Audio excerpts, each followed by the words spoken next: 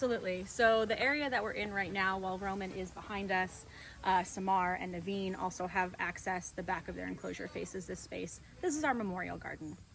And so with all of our animals, sometimes people will ask us, like, what happens after an animal passes away? What do you do? The first part of that is we do a necropsy, which is an animal equivalent of an autopsy. Even if what was that term again? Necropsy. Necropsy, okay. Yep. Even though we may be pretty sure about how that animal passed away, we still want to be able to learn as much as we can from that animal, even after it's passed. And then the animals are then picked up and go to a crematorium, and their cremains are returned to us. And so over here in our memorial garden, So all those ashes are out here. Yes. So we have here, we'll go through the center here.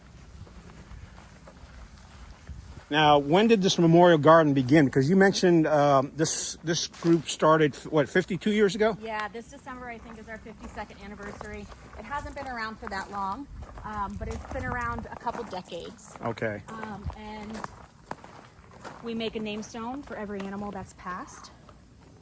And their name stones are placed here during a memorial ceremony that we share with all of our volunteers and adopted parents. How long does a animal usually live to be? How old?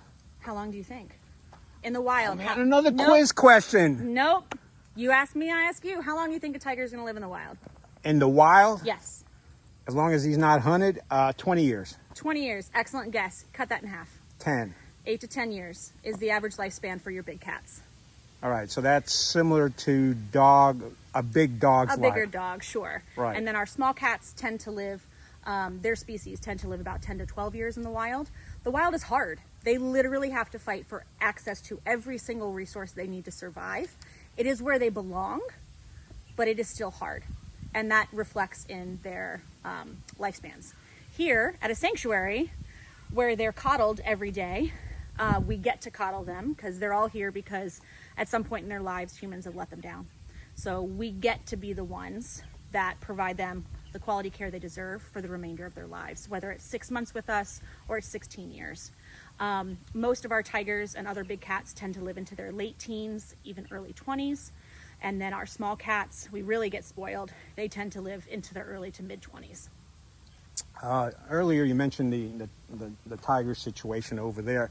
You've been here 11 years. What's Yes. the most interesting or the one that kind of made you smile the most rescue that you've done in that 11 years that you've been here? The rescue that made me smile the most, or Yes. the one that surprised me the most? You know what? You came up with another question. Let's do both of those. Made you smile the most, and then the one that surprised you the most. So one of the rescues that surprised me the most actually happened shortly before I arrived, but his story lives in infamy. We actually just lost him this past year. His name was Elvis, and Elvis was a serval, and Elvis was dropped off in our parking lot overnight. Wait a minute. All right, run I that know. by me again. Someone dropped off a what in your serval. What? We'll see one today. Okay. They're a small African cat. Unfortunately, they're extremely popular in the pet trade. Oh, are they? Okay. And so people get them as pets and oftentimes don't realize that that serval kitten every time will grow up to be a serval. And by the time they realize that, at about the age of 1.5 to 2 years for that cat, they're kind of in the deep end of the pool and they have a wild animal in their home. And that was the case with Elvis. So he was dropped off overnight in a dog crate in our parking lot, in our driveway. They had a sheet that covered him, and there was a note written from his perspective that essentially said, "Hi, my name is Elvis. I'm sorry we have to meet this way. Please don't blame my owners. They've done everything that they could. They just can't take care of me because of how different I am. And I hope that I can make this my home." And it was signed, "Love Me Tender Elvis." So he came with the name. Before we go to the next question, that one surprised you the most. Is that correct? Yes, an animal being dropped off at our doorstep was certainly a surprise. Okay, next one is going to be about the smile. But before you get to that, you mentioned animal trade. When you say animal trade, what do you mean in the case of the servo or any of the other animals around here? Because you said Like the servos pet are very trade? popular. The pet trade, I'm sorry. Yeah, so we're kind of in the middle of a small cat crisis right now where it's so popular to have small cats that people end up having them for a few years and then going, okay, I have a wild cat in my home. And the folks that are selling them into the pet trade more often than not are providing them with some sort of kibbled food, saying if you do XYZ, you can love the wild out of that animal. And that is not the case. If that was possible, we wouldn't be here. Carolina tiger wouldn't exist. So this is another warning, folks. Do not indulge in the pet trade, even if it comes with instructions saying, hey, this Even kid... if it comes with instructions. Yeah, this kibble will domesticate this animal. Yeah, and if that was possible, we'd all be at home with our wild cats. Yeah, I could see you at home Right? with a wild cat. Leopards are my favorite. But no, everybody would be at home cuddling their wild cats if it was possible to tame them. It's not. Is this a nationwide phenomenon, Absolutely. a worldwide phenomenon? I mean, Likely, yes. Okay. Yes, we generally speak specifically to the U.S. because that is the part of the world that we are actively involved in rescuing from. But yeah, it's extremely popular. And animals like Naveen, who's on his back. Well, my dog does that too. Yeah. When my dog does that, that means he's content and happy and feeling safe. He's pretty content. Yep, they got nothing to worry about here. So one of the things that often happens with animals that are passed around for photo opportunities and used as photo cubs, like the Tiger King Park cats were, is that they essentially go overnight from being a commodity that's bringing in a lot of money to being a liability. Once they get past that feed the kibble part. Sure. How old do you think a tiger is before, like, the law says you can't use them anymore? Or how much do you think they have to weigh before? I didn't know there was a law that said you couldn't do that. Well, there is. So USDA regulate. It's illegal now in the states. We'll talk about that. But prior to that, the animals were able to be used until they were about 25 pounds. So there's an age group. So if you had a young animal that grew to be 25 versus an old animal, you know, at what point do most of them hit 25? For big cats. Oh, for big There's cats. Reuben again. Told you. Yeah, he's missing Can't you. let somebody else talk. So tigers and lions, like Roman, who is showing off right now, are born weighing about 2 to 3 pounds. They're about the size of a potato, but they grow up real quick. A sweet potato? Sure. Okay. Maybe a russet. Not a little red. Not Bigger a than little that. red. Okay. Yeah. So about 2 to 3 pounds. But by the time they're 6 months, they're about 60 pounds. By the time they're a year, they're over 100. And by the time they're 2, they look like the tigers we have. They're essentially full grown. They'll still fill out until about the age of 3, but they're essentially full grown at about 2 years old. So at 6 months they hit what? 60 pounds? 60. So basically what? You're a month or 2 before you hit 25? They could not be used until they were at least 8 weeks of age because immune systems. So that's 2 months. Yep. Okay. And then they couldn't be used after they reached 25 pounds, which is at about 3 months. So do those people those- starve their cats? So those animals were born and bred to be exploited for roughly a month of their lives. And one of the best way to keep animals under that 25-pound limit is what? Zempic. Without injections. Not feeding them. Feeding them an improper diet, yeah. Okay. Yeah. So do you feed them diuretics?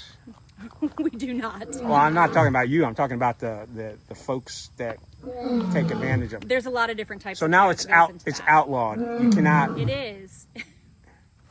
Yeah. All of a sudden, he's like gotten really loud.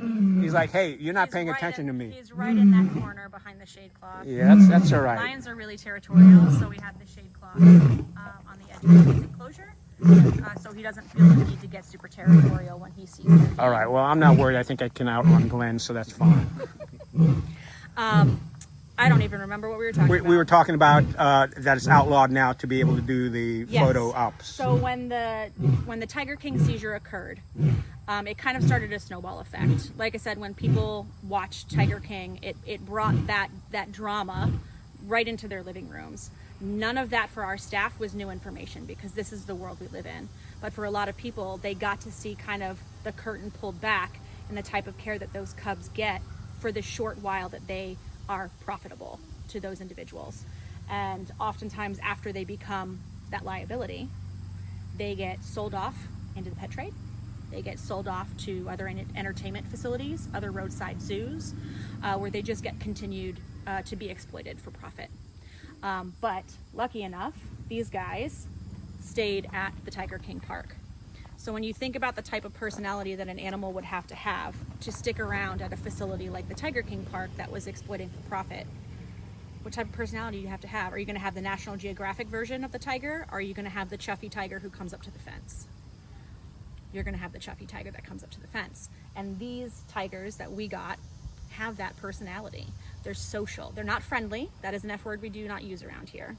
But they are quite social. They don't mind coming up to strangers. They don't mind rolling around on their backs in front of people they don't know, because that's just their personality.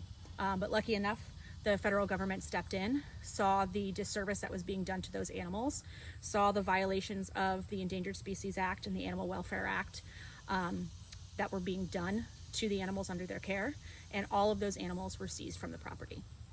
Did you watch that show? I sure did. What were the feelings going through you when you were watching that show? Watching Tiger King brought up a variety of different emotions. I watched it because I knew my volunteers. As the volunteer coordinator, I knew my volunteers were going to come to me with questions about what they had seen, and so I knew I would have to have specific things to reference.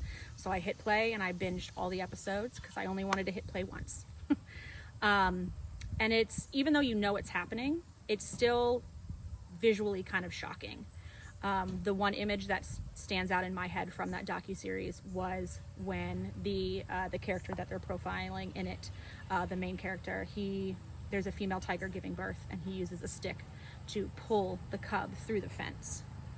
From the female tiger? From the female who's actively giving birth, and pulls her, or pulls the cub through the chain link, and just holds it around and says, you know, we're going to make X number of thousands of dollars off this cub. This cub is literally fresh hatched.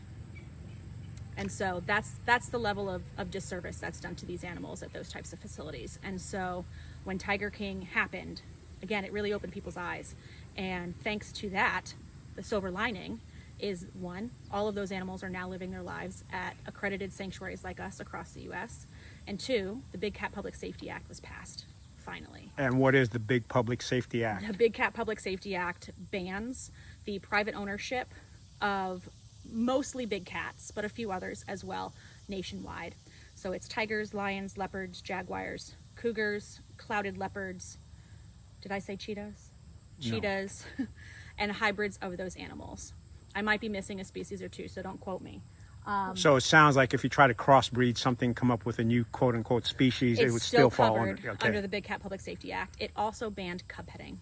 There's no longer the opportunity for people to have no barrier between them and the big cats. Okay. And so it is not the end all be all. It doesn't fix everything, but it is a huge step in the right direction. And we are very lucky to not only have been a voice to carry that message, but also to be able to care for these animals. Let's go back to you binge watching that show. I'm sure. And again, the reason I asked this question is because the question I'm going to ask is, you binge watched it because you knew your volunteers would probably see it.